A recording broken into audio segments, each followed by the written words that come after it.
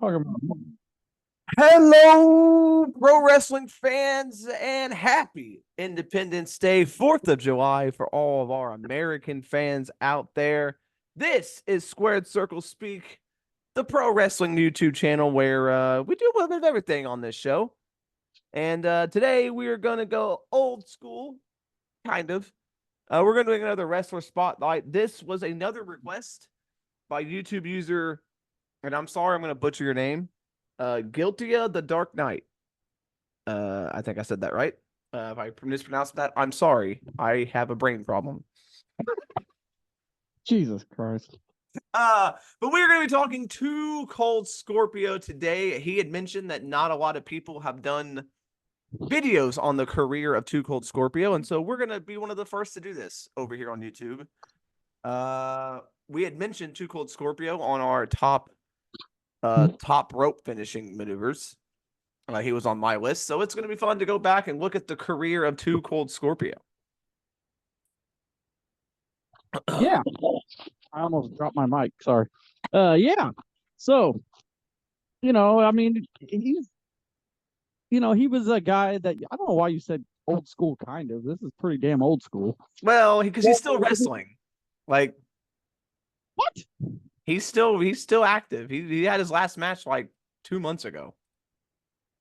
Holy crap. Yeah. Okay. Well, anyway, uh but yeah, so yeah, it's gonna be interesting to see the trajectory and where he went, how far he went, what he won, what he didn't win. See how Flash Funk handled everything. Flash Funk, there it is. So he got his career started in 1985. Uh he was born in 1965, so he was 20 when he started wrestling. He wrestled from 85 to 92, just doing a bunch of just various independent promotions, not really making a name for himself, not really doing much. But then he met with Big Van Vader, and Vader told him to go to New Japan.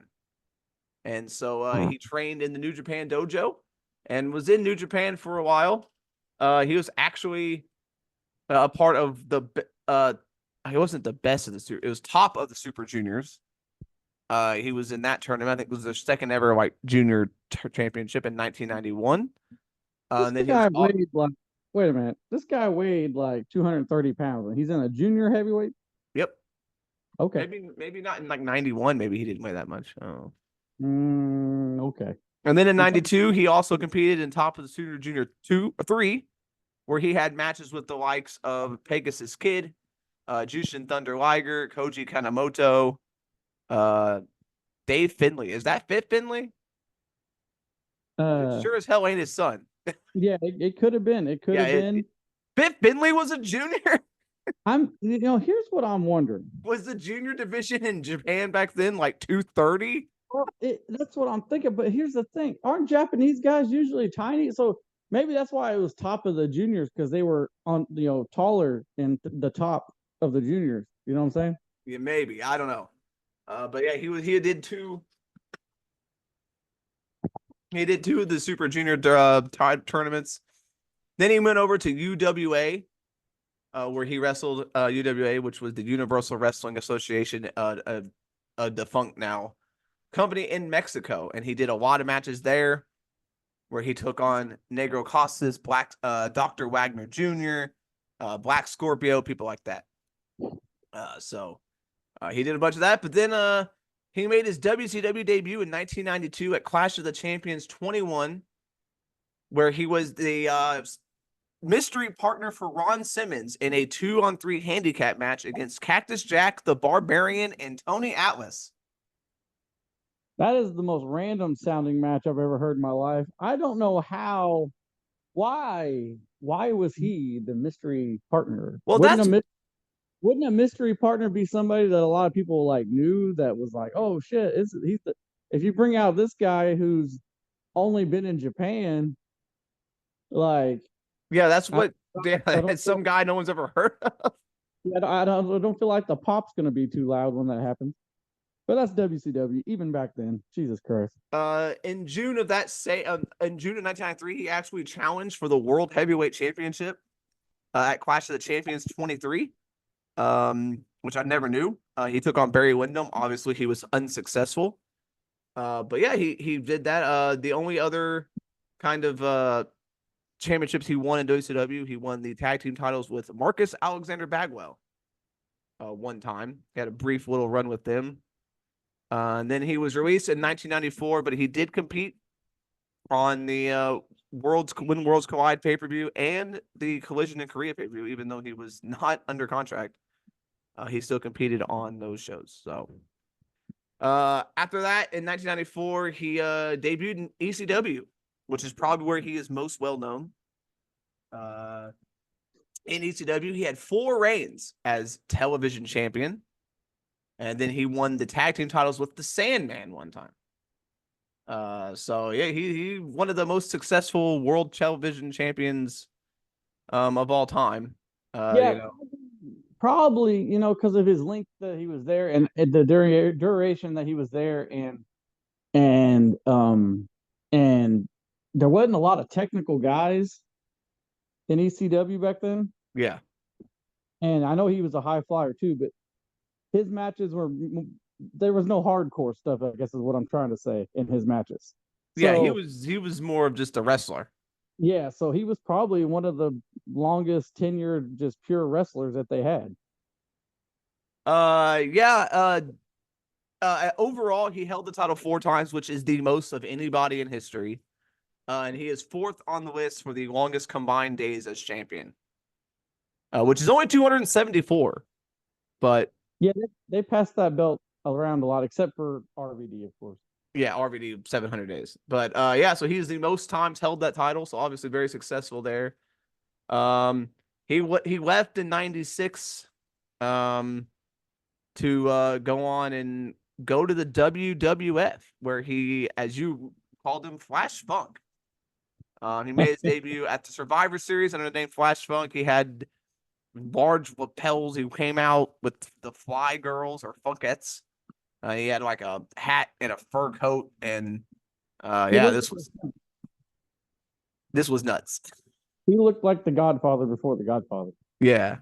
Uh, Um, but yeah, it was nuts. But this was WWE in the mid '90s. This was everything in the mid '90s was kind of like a cartoon, and you had to have a character. You couldn't just come in there and be a good high flying wrestler. You had yep. to have a look, and you had to have a character, and this is what they gave him.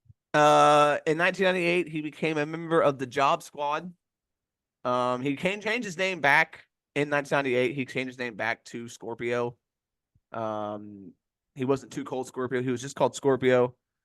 And then he became a part of the Job Squad. In 1999, he requested time off, and then WWE was just like, "Nah, we're just gonna fire you instead." So his last match in WWF would be him and Hardcore Holly losing to Owen Hart and Jeff Jarrett on an episode of Shotgun Saturday Night.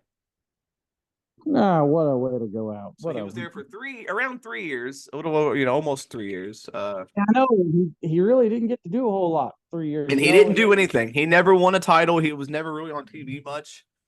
Yeah, Uh, it's really a bummer. so then, Uh, after if they that, would okay, if go they ahead. would have let him, it's okay. I was just gonna say if they would have let him do a couple of those reverse fucking moonsault leg drops, I'm pretty sure Yeah, maybe the crowd would have wanted to see him a little yeah, more. he did a 450 in WWE, but you know, could have done way more. He then went on. He returned to DCW, and he made sporadic appearances. One, he did get a world title shot against Mike Awesome on an episode of ECW. His last match in ECW was at CyberSlam 2000 and a loss to Masato Tanaka. Cyber So Slam, was that the precursor to Cyber Sunday? I don't know what CyberSlam was, honestly. And then he went on after ECW. He went on to Pro Wrestling Noah, where he would spend 6 years. Damn. Um, he would actually become the inaugural GHC Tag Team Champions, which was the Global Honored Crown, which was Noah's tag team titles. Scorpio and Vader actually won those titles in 2001. Wow. I didn't know what Vader did after. I thought he just retired after 1998. Because WWE let him go, and it was like I didn't hear anything from him. So That's Yeah, interesting. he was there 2006. He won the tag team titles again with Doug Williams. And then in November, he won the GHC Openweight Hardcore Championship in a match against Yoshinobu Kanemaru. Now there goes my theory of him not doing hardcore stuff. And actually, back in 2006, he was then signed a contract with WWE. Really? He returned to using his Flash Funk character. He was in Deep South. Oh, okay. And then he was released in May 11th, 2007, without ever coming back on WWE television. Son of a bitch. I wonder what their beef was with him. I don't know. He did show up on the 15th anniversary of Raw Battle Royal. He came back as Flash Funk, and that was his last ever appearance in WWE at this point. Hmm. And then after that, he kind of did more, independent stuff. He was at the Hardcore Homecoming ECW reunion show. He was a part of TNA's ECW show, Hardcore Justice. He did a lot of ECW stuff. He did a lot of reunion stuff. You gotta play the greatest hits, man. He was in Shakara for a little bit, where him, Jerry Lynn, and Tommy Dreamer entered the 2012 King of Trios tournament, where they defeated 1-2-3 Kid, Aldo Montoya, and Tatanka in the first round. What year was this? 2012. What in the hell? Did they fucking get a time machine? What?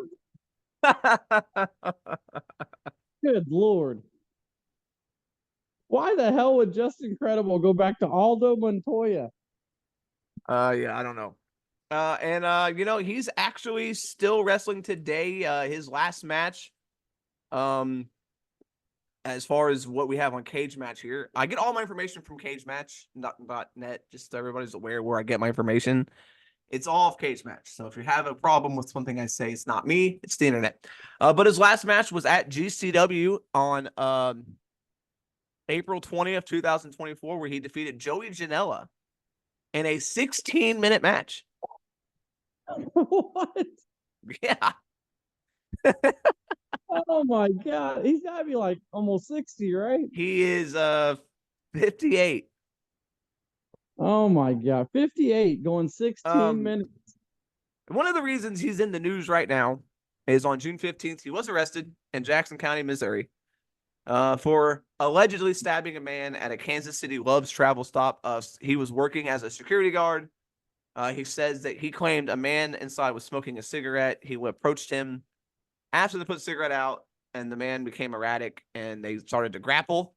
A fight ensued, and then Too Cold Scorpio alleges that he pulled out a knife and used it in self-defense. But the victim had stab wounds on his head, chest, abdomen, legs, and butt. And butt. So I don't know if that's self-defense when you go to that extreme, but no, wait a minute. I'm not going to say anything. If you have a guy laying on top of you, punching you, and you're trying to get him off, and you're just like, well, and apparently this guy may have been coked up, Ryan, because how you get stabbed in the head and still fight? Well, that's obviously true. I don't know. I feel like you should just say that and be like, I rest my case. Yeah. That may be why. Maybe the only thing that saved him was the stab in the ass. You never know. He actually has only appeared in one video game. Which game was that? All Star Pro Wrestling 3, which I have never heard of. It was released in 2003. I'm pretty sure that might be a Japanese. Yeah, I think it is. Yeah, it's a Japanese exclusive game for the PS2, but I might have to check that out because I didn't know he was ever in a game. So I guess it's probably like an all Japan game, probably. I tell you what. Some of these other video games that have come out recently where they have all these legends. Why give some love to the Flash, man? Come on. Yeah. So yeah, I can go through his list of championships he's won. He's got a lot, but a lot of them I've never heard of. So like I said, he won the WCW World Tag Team titles, the ECW World Television, the ECW World Tag Team. He won the PCW Heavyweight Championship, which is Pennsylvania Championship Wrestling. Okay. He won that in 1999. Like I said, he was the GHC Tag Team Champions twice. He won the GHC Hardcore Openweight. He won the GWF Heavyweight Championship. That was in 1999. The German Wrestling Federation. Wow. He won the PWU Championship, which is the Pro Wrestling Unplugged. He won that heavyweight championship in 2006. 3 times he won that title. Unplugged. Yeah. The hell does that Unplugged. mean? I don't know what unplugged means in wrestling. Does it mean everyone's got to be quiet? Like, Yeah, I don't it's know like they do acoustic spots. What the? He won the BTW Heavyweight Championship in 2008. That is Big Time Wrestling. That is actually a company that is still in existence today.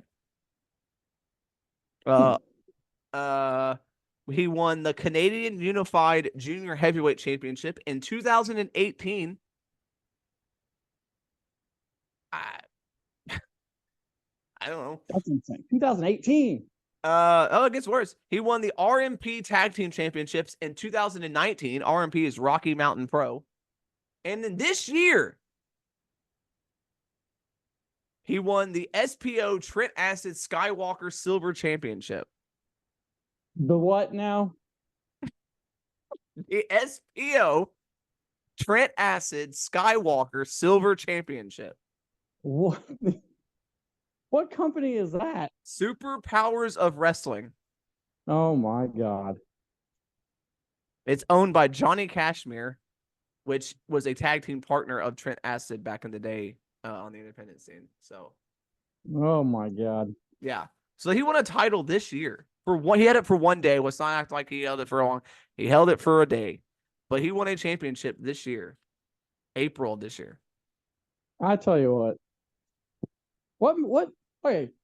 So I feel like we need to score an interview with Mr. Flash Funk because I want to know what keeps a guy going at 58 in this wrestling where he's wrestling in the smallest companies possible and just keeps going. Yeah, I don't know. Funny Tony Khan hasn't brought him in for Forbidden Door yet. Just saying.